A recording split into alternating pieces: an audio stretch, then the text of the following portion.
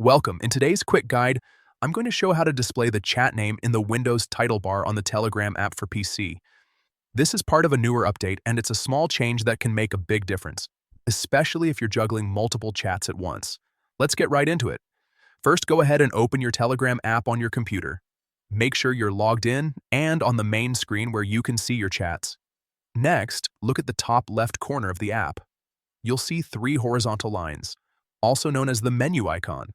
Click on those three lines to open the sidebar menu. From the menu, find and click on Settings. This will take you to the main settings page where you can customize different parts of your Telegram experience.